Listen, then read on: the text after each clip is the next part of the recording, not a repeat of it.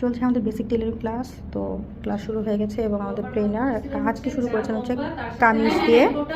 তো কামিজের মাপ আমরা কিভাবে নিব, এই মাপের যে ডিটেইলগুলো সেগুলো এখন ক্লাস আলোচনা করা হচ্ছে। এই যে এক্সট্রা যে আমরা কাটবো এই তালপাট এই কামিজটা এখন কেটে ফেলা হচ্ছে। আমরা কামিজের মধ্যেই বলে দিয়েছি গলা, কাঁধ, এখানে বুকের মাপ, পেটের মাপ, হিপের মাপ থেকে লম্বা। এখন করা হচ্ছে জামার হাতা। আমরা এখন করছি হচ্ছে জামার গলা। তো বেশি সুন্দর লাগতেছে, এই যে অনেক সুন্দর, দেখো এই যে দেখছো কি সুন্দর আসছে আমাদের গলাটা। আমরা এখন কামিজের কাঁধ সেলাই করে নিচ্ছি, অর্থাৎ ফ্রন্ট অ্যান্ড ব্যাক পার্ট দুটাকে একসাথে সেলাই করে আটকে নিচ্ছি। কামিজের আমাদের এখানে এখন আমরা সাইড ফাড়া কীভাবে করতে হয় সেটা দেখাচ্ছি। দুইটা পদ্ধতিতে দেখানো হয়।